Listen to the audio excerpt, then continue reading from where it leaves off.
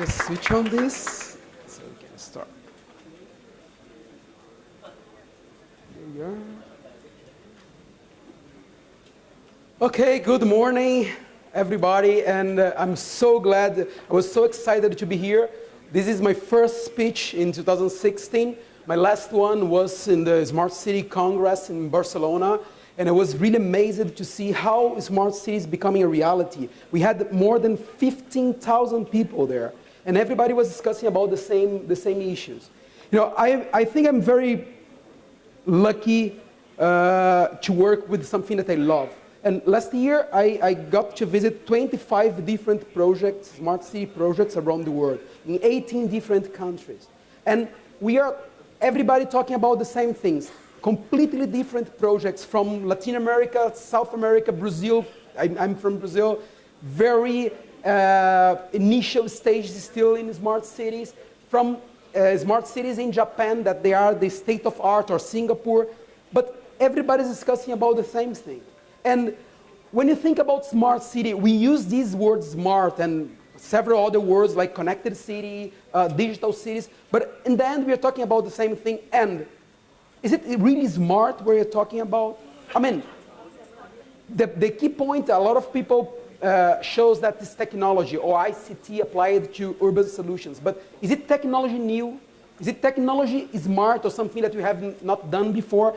If you go in the past, think about the pyramids in Egypt. It was 5,000 years ago, and it was technology to solve a problem. It was not an urban problem, but it was a problem, and they were using technology.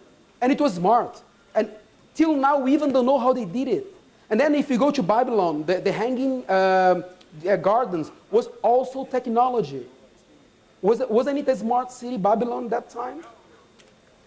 If you take the 1,000 years that empire, the whole Roman Empire was ruling the world, they built aqueducts, they built roads, infrastructure. Wasn't it smart? So what's the big difference now? And then that's the question everybody's asking. What is a smart city? I'm doing my PhD now in Holland about smart cities. It took me already 200 pages just to define smart cities, revising what everybody is talking about smart cities. But the problem is, or the real question is, are we talking really about technology or about cities or about building cities? There was a very nice word I heard there in the Smart City Congress in Barcelona. Hila Oren from Israel, she addressed the audience saying, "Good morning, city makers." And that is real. I mean, work was done in the past by makers, shoes makers, car makers, all revolutions that were based in makers. Now we have the city makers. City makers are not just architects, not just engineers, are multidisciplinary people working together. But again, what is the right question? What is a smart city? Why is a smart city?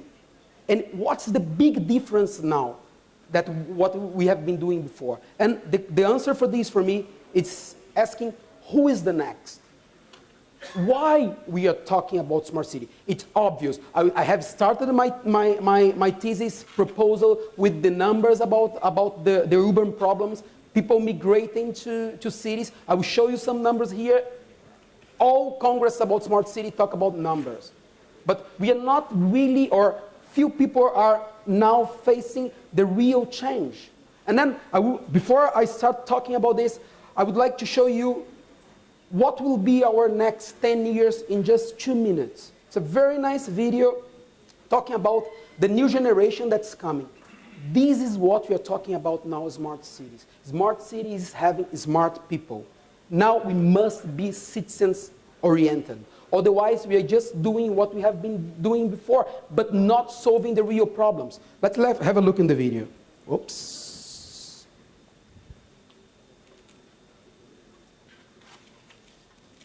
Here we are.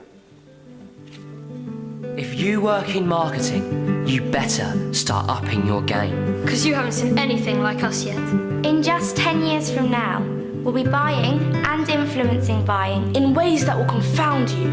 We won't just watch your ads. We'll expect smart, tailored content based on our social graphs. Tailored for me. Me. Me. Me. And me. We want to interact with it as we watch it, not just with touch, but with voice, with gesture, with intent. you better embed everything that is featured with additional information, social APIs, and e-commerce functionality. And we mean everything. Everything. Everything. The car, The skirt. the hotel, The app. Because we expect to double tap on anything to get more information. Don't worry, you'll offset the cost by on-selling any leads to those data aggregator type companies. We'll spread it through our networks. And co-create with you. and when we do buy, there are normally more of us than there are of you. We can change your business in one trade. As long as the deal is on. Augmented reality. Will be the new reality. AR apps will almost function like special skills to help us navigate reality more effectively. You wait and see what the iPhone of 2021 looks like. The clue is in the name. And you better get used to paying us. Our browsing, influencing, and purchasing data. We'll make some of us pretty rich. But don't overstep the mark, otherwise we'll block you. Mass blocks kill brands overnight and keep you up all night. So if you work in marketing, You better start upping your game. Because you haven't seen anything like us yet. This was really oriented to business, but we could have done this video oriented also for citizens, talking to mayors. These are the new people, these are the new citizens that we are facing or we are having in our cities now. And these are the key, or they are the key of the success of smart city projects. Because in the end of the day, who will finance smart city projects is the private sector, we know it. The PPPs are a reality and we must make it happen. The same problem we have in India, we are having also in Brazil, how to make a safe environment for private companies invest in public projects of smart cities. But you know, I was there in November with the NGO from Boston called Leading Cities. Rio was just joining Leading Cities at that time. So we visited a slum in Rio de Janeiro. We have the same reality as Mumbai or Delhi in Rio and São Paulo, the big cities of Brazil. And then we are visiting a very nice project, a smart building there. And I was paying attention, I'm from Rio, I'm a local, but a long time I was not there. And I was paying attention in people that was living there in the slums. And I could see a lot of kids and a lot of young people with the smartphones connected to internet. And they even don't have education, they don't have health, they don't have a livable house, but they have a smartphone. It means that even if the government didn't arrive there yet, the private sector has arrived, and they are consumers for them. So the way we face these challenges will be the way that we are going to make or not our cities real. Because if you don't put the citizens in the center of the problem, because they are the center of the problem, we're not going to see the center of the solution. So, just some other numbers to enlighten you about the smart cities and why smart cities. One, we heard a lot, so by 2030, we are going to have almost 75% of the world population urban. Let's see. Let's make these numbers a little bit easier to understand. Almost 2% of the world every year people are migrating to the cities. If you try to understand this graphic by hour, if you take New Delhi, for example, every hour, 24 hours a day, 365 days a year, 79 people are moving to New Delhi. This is a reality of most part of the cities. India will face even a bigger migration because now I think it's 42% is urban. By 2030, it will be 60%. It means almost 50% of people will come to the cities. And there is no other solution than make things smarter. We cannot double the streets of Mumbai. We cannot build, or it's not doable to build 3, 4, 10 times more schools or hospitals. We must find a solution that we can, putting the right efforts in investing in what we need if India is infrastructure, let's do it, but let's do it in a smart way. Let's not think about the problem today, but let's think about for the next 50 years. Otherwise, we are going always to be running after the solution. You know, in Brazil, as in India, there are a lot of challenges when we talk about smart city because there is no basics. So we have problems with education, we have problems with the health, infrastructure, urban mobility is a chaos. And when you go to a political level to discuss about it, sometimes it's not so popular to talk about it. If you ask people, people want basic things. People want education, people want health. The problem is that we are 50 years behind, yeah, but if you keep just doing it in the traditional way, we are going to be always 15 years behind. Now we have this chance to use all these new small inputs of technology to make a really big impact. And that's a smart city. So if you don't focus again, if you don't center all the attentions in the citizens, we are probably not doing the right thing regarding smart cities. Again. I'm pressing the wrong button. So just to give you an idea, it's almost 140 million people that are migrating to cities every year in the world. If you think about the problem of mobility that it's causing, just in the United States, they estimate that $121 billion are spent, wasted in problems of mobility every year. So it's fuel, it's accidents, it's whatever, but the problems that people or the mobility in the cities not done in the right way is causing a lot of problems and it's costing a lot. We have based the mobility in basically all the world.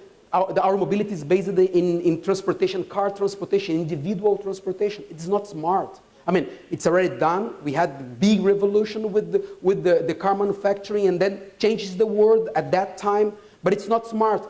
One car alone takes 50 square meters of urban area. It means that 25 square meters parked or for parking at home, and then plus 25 square meters to park in the city. Doesn't matter if the parking is yours or not, your car is spending days. A car just takes 1.7 people a year in mobility. It means that it's not effective. It stays 80% of the time parked in a parking. So, I mean, even if you're talking about electric car or driverless cars, perfect, but it's not the only solution, or it's not the solution. So again, thinking long terms, seeing the big pictures, it's really, really crucial to do smart cities. Health.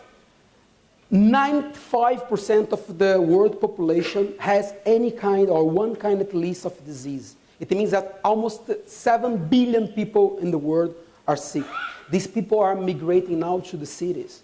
Now you see, we have faced a big problem with Ebola last year in Africa. Now we are facing a big problem with Zika virus in South America, and actually in whole America from Canada down, not Canada and Chile. The only two countries that are not infected is Canada and Chile. The rest, last week, Colombia reported 25,000 cases of Zika virus. And then we have the problem of the pregnant women that when they have this virus, the babies can have problem. You're following this on news. So, I mean, how to solve this problem? It's just a matter of having more doctors. It's just a matter of having more hospitals. No, it's to do it in a smart way. And the good thing about this new generation that's coming, or that's already here, the millennials, is that they are totally connected. And then with this connection, we can make things happen much faster. We had the Smart City 1.0 based in big companies, big vendors, giving one big solution. Now with the sharing economy, with the creative economy, what it means that a lot of new companies popping up, startups that from nothing, they become huge, big. Uber, you name it. Airbnb, Uber is the biggest taxi company in the world. They don't own one taxi. They have developed the solution to solve a urban problem that's mobility. urban is a smart city concept. So the question is, the next level of smart cities will probably be a mixture between the solutions that we had in the past, in the last 10 years of smart cities. I visited the IBM control center in Rio de Janeiro, state of art. It's fantastic. It's fantastic. It's really a good solution. What they have done in Rio is they have a CDO, their chief digital officer. This guy went to states and did an agreement with Waze. I don't know if you have Waze here in India. It's a GPS, it's a social network that helps you to drive in the streets, showing what's happening on time. Everybody, it's collaborative, it's sharing economy. They did this deal with the Waze, and they brought all the information from Waze to the commander center of Rio de Janeiro. It means that every day they have 1.8 million people connected with their cameras and with their smartphones connected to the system, sending information on time. And then there was in Rio they have less than 1,000 cameras, street cameras, for the traffic control. But now they added 1.8 million cameras because people want, in Waze is a social network. You see an accident, you report it. And now when you report it, it also goes to the command center. So you see, and do you know how much did it cost to Rio? Zero. And then they used to say now that the Waze got very high price when he was bought from by Google because of this project. So this new kind of collaboration that we must keep in mind. And again, the world is full of examples that we can follow.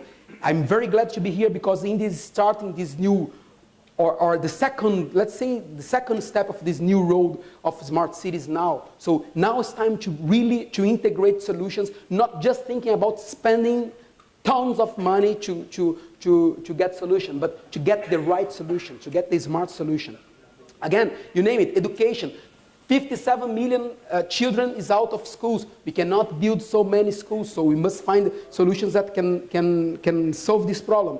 And urban problems are being caused by citizens, by people. People are moving, are making our resources more complicated.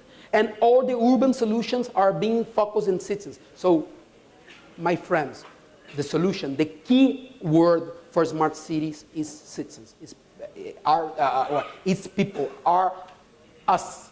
And if you don't, when they ask me, I've been doing consultants for attracting investments for smart cities around the world, as I said. And when a mayor asks me, visit a very nice project, they ask me, so do you think I have a smart city? Well, what's your opinion about my city?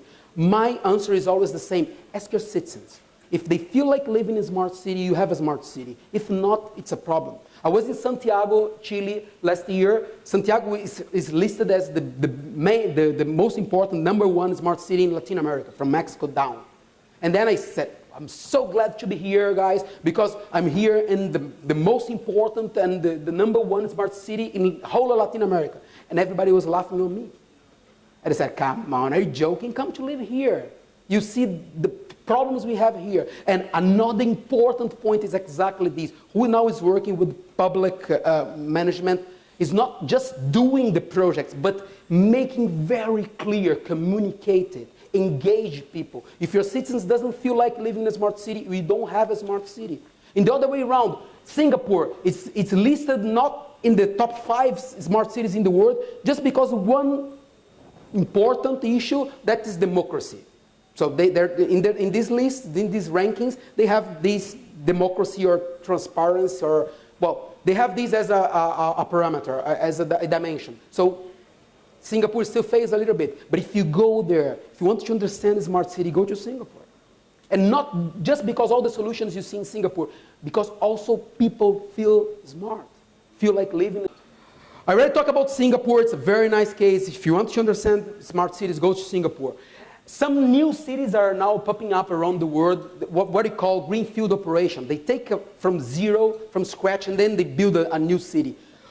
The most of Singapore is not this case. Singapore was retrofitted, okay? The most impressive and interesting case is Songdo in South Korea. They took an area in the back part of their international airport, Incheon, and they build a new city. And this is the most developed new smart city in the world. They have already almost 70,000 people living there, and everything was planned long-term and planned to be smart. So you have all the apartments, for example, has their own video conference system. So you can have your rehabilitation, physiotherapy directly at home. Psychologists you can have at home. You can, if you want to share with your neighbors one of your skills, like cooking or English language skills, you can organize one course and people will follow you. Everything done at home. The school there in Songdo, the kids have English class directly with the professors from Hawaii. And then when they go home, these professors keep following them directly at home. It's not a matter of making easier our life. It's making better. As more time you give to people, more time people will enjoy having it. And the smart cities is about this. When you try to solve any of these urban problems, what we're trying to do is exactly making the lives better. ICT solutions applied to smart cities, and of course, however, technology is not the final result we want. It's one of the most powerful means we have. So, I mean, all areas, all dimensions, we used to say that we have 6 big dimensions in smart cities. I have seen very nice solutions in all these areas. But surprisingly, the most interesting solutions is not always the most expensive one. Education, I saw a very nice project called iPad Pilot in Dubai. Wow, iPad, Apple. Tons of money, right? No. Apple, local distributor of Apple, donated 17 iPads to the school, to a local school. 17. The main point was that they had a professor there, that it's a London, Dubai woman, and she developed a strategy or a methodology to bring everything that they were doing in a traditional way to the digital way. And then they put everything in the iPad. The main app they use is even not Apple app. It's a HP app for augmented reality. But they made a big revolution in the school and in the way that the kids are learning. And education will be always a big point talking about smart cities. So we can come from the traditional, I have a big problem now, I live in Italy, and I have to choose the school for our kids now, and wow, they are deeply traditional. And for me, it's traditionally, for me, it's really, really a big issue. But we can also go to another example in Europe that's exactly the other way around, maybe even too far, that's Finland. Last year, Finland approved the law that from 2018, 2017, next year on, all the kids will be lectured, educated, typing.